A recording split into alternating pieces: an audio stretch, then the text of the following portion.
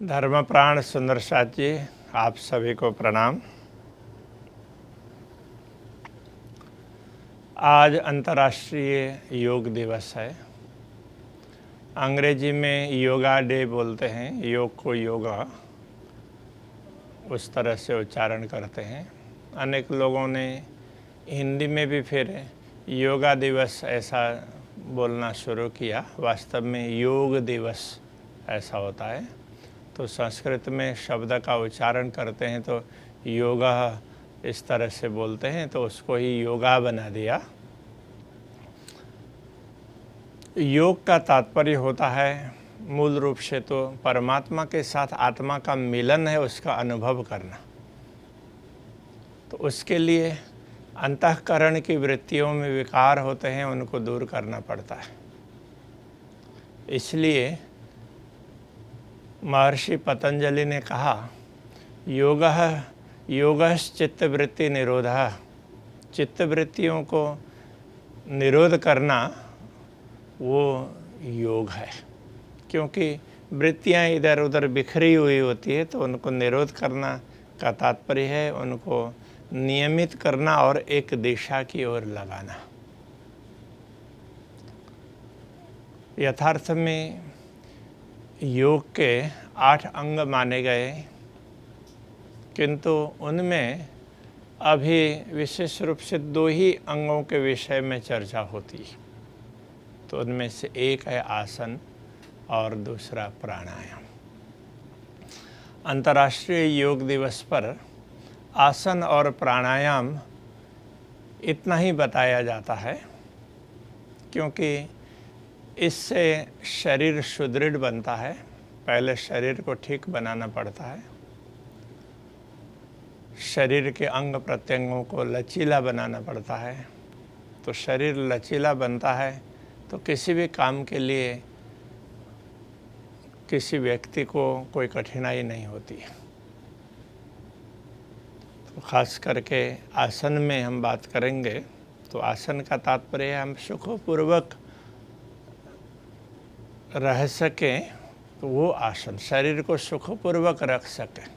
तो बैठना, उठना, चलना, फिरना, तो इन सब चीज़ों को इनको सुखपूर्वक करना।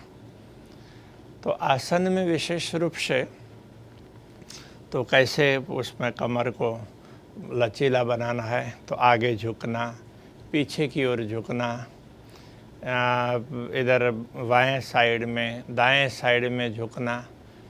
तो आसन तो अलग अलग प्रकार से हैं, किंतु तो ये सब इनके साथ में केंद्रित है, क्योंकि तो शरीर की रचना है तो उसमें विभिन्न प्रकार की हड्डियां हैं, तो उनके टुकड़े जुड़े हुए हैं। तो ऐसे एकदम जुड़े भी नहीं हैं, तो अलग अलग टुकड़े मिले हुए हैं। और एक दूसरी हड्डियां जुड़ती है तो उसके बीच में वो एकदम टकराए नहीं, उसके लिए बीच में छोटा सा लेयर होता है। तो उसको अलग अलग प्रकार के नामों से कहते हैं। उनको हम सामान्य रूप से गद्दी मान लेते हैं। एक छोटा सा लेयर, छोटा सा आवरण ही होता है, किंतु हड्डियों को व्यवस्थित रखने के लिए चारों ओर से मांसपेशियां होती हैं, तो वो उसको जकड़ करके रखती। तो हमारा अभी का जो जीवन है, हमारी जीवनचर्या है, तो ज़्यादातर बैठने का हो गया है। तो ऐसे में मांसपेशियां सख्त बन जाती है, तो उसके हिसाब से फिर चलने फिरने में दिक्कत आती है। अभी जो कठिनाइयां आ रही है उसके पीछे का मुख्य कारण यही है। तो मांसपेशियों को कितना लचीला बनाना है, कितना उनको जकड़े रखना है, तो ये सब हम लोगों को समझने की आवश्यकता होती है। जैसे किसी का पेट बढ़ जाता है, तो पेट बढ़ने का तात्पर्य क्या है? ये पेट की मांसपेशियां हैं वो एकदम लूज हो गई है। तो हमें कुछ न कुछ आसन करके तो उन मांसपेशियों को टाइट बनाना होगा। तो इसी प्रकार से जब कभी जकड़ जाती है, टाइट हो जाती है, तो दर्द होता है। तो जैसे सर्वाइकल वगैरह होते हैं, फ्रोजन शोल्डर्स वगैरह होते हैं, तो वो जकड़ने के हिसाब से है। तो वहाँ पर मांसपेशियों में स्वेलिंग आती है। तो ऐसी बहुत सारी समस्याएं, कमर दर्द हैं, दूसरे प्रकार की समस्याएं हैं, तो ये सारी वस्तुएं मांसपेशियों के कारण ही हैं। तो मांसपेशियां जब जिस प्रकार से होनी चाहिए, कितने लचीली होनी चाहिए और कितने टाइट होनी चाहिए, तो उसके अनुरूप ना होने से तो हम कुछ करते हैं, जैसे कमर में दर्द होता है तो हमने झुक करके कुछ काम किया है, तो उसमें फिर मसल्स ने जिस प्रकार से पकड़ना चाहिए था, ये रीढ़ की हड्डी को नहीं पकड़ा, तो उसके हिसाब से तो फिर वहाँ पर थोड़ी सी स्वेलिंग आ जाती है। तो वो उसके हिसाब से थोड़ी सी वो अंदर की गद्दी है, तो वो पेड़ है, वो थोड़ा सा खिसक भी जाता है, तो उससे फिर स्नायु वगैरह निकलते हैं, तो उनमें उसके नज़दीक नज़दीक पहुंचता है, तो उसके हिसाब से फिर पीड़ा चालू हो जाती है। क्योंकि ज्ञान तंतुओं को थोड़ा सा भी असर करते हैं तो उससे रक्त संचार में भी और वैसे संवेदना के संप्रेषण में भी फर्क पड़ता है, तो उसके हिसाब से पीड़ा होती है। तो ऐसे कुछ वायु के कारण है, कुछ अलग अलग प्रकार के कुछ कमियां होती है, तो उसके आधार से ये दिक्कतें होती हैं। तो इन दिक्कतों से मुक्त होने के लिए हम लोगों को आसन वगैरह सीखने होते हैं। तो उसी प्रकार श्वास की प्रक्रिया है, तो उसको भी नियमित करना बहुत आवश्यक है, क्योंकि ये जीवन है तो श्वास के आधार पर टिका हुआ है। कौन व्यक्ति कितना श्वास लेकर के आया है, यही तो हर व्यक्ति की संपत्ति और खजाना है दुनिया के लिए ना। आयु का खजाना ये है। तो उसको हमने अनियमित बना दिया, तो जल्दी पूरे कर दिए, खर्च कर दिया, तो उस व्यक्ति की आयु कम हो जाती है। ये सामान्य नियम की बात कही। और यदि प्राणायाम को हमने सीखा और श्वास का नियमन हमने सीखा, तो श्वास की गति है तो वो जिस प्रकार से होनी चाहिए उस प्रकार की बन जाती है। हमारे शरीर की क्षमता में अभिवृद्धि होती है,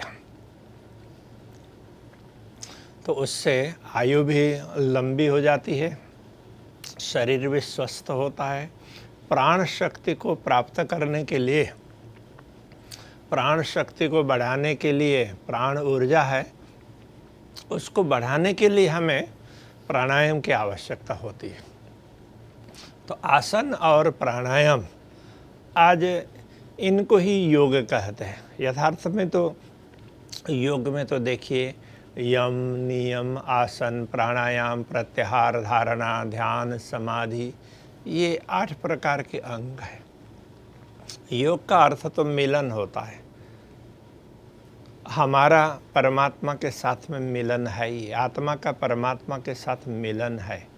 किंतु देह बुद्धि के कारण शरीर में रहते हुए इसका अनुभव नहीं होता है। उसमें भी मुख्य कारण है हमारी अंतःकरण की वृत्तियों में विकार आने से, तो फिर जिस प्रकार का अनुभव होना चाहिए वो अनुभव नहीं होता है। तो उन विकारों को दूर करने के लिए फिर ये अलग अलग सोपान बताए गए हैं, स्टेप्स बताए गए हैं। तो कुछ समझना होता है, कुछ करना होता है, कुछ शरीर के लिए है, कुछ मसल्स वगैरह के लिए हैं, उनको ठीक रखने के लिए, और फिर श्वास की गति के लिए है, और उसके बाद में फिर अंतर की वृत्तियों की बारी आती है। तो उन वृत्तियों को हमें सुधारना होता है, बहिर्मुख वृत्तियों को अंतर्मुख बनाना होता है। तो ये तो योग का तो बहुत ही व्यापक अर्थ होता है, किंतु अभी के समय में आसन और प्राणायाम, इससे भी लोगों को बहुत बड़ी राहत मिलती है। इसलिए इतना भी समझ लेंगे तो बहुत अच्छा फ़ायदा होगा। इसलिए आज इस अंतर्राष्ट्रीय योग दिवस पर हम थोड़े से आसन हमारे स्वामी चंदन सौरभ जी आपको बताएंगे, तो उनको आप देखें और आप अपने घरों में अवश्य करें। शरीर को ठीक रखना बहुत आवश्यक है। शरीर यदि सुदृढ़ होगा तो मन भी सुदृढ़ होगा, मन सुदृढ़ होगा तो हमारी बुद्धि भी सही दिशा पर जाएगी और हमारी अंतःकरण की सभी वृत्तियाँ, विशेष करके चित्त वृत्ति भी सही दिशा पर जाएगी। तब जा कर के हम परमात्मा के मिलन का अनुभव कर सकेंगे। तो अभी मैं इन्हीं शब्दों में मेरी वाणी को विराम देता हूँ और अब आप कुछ आसन अवश्य देख लीजिएगा। प्रणाम।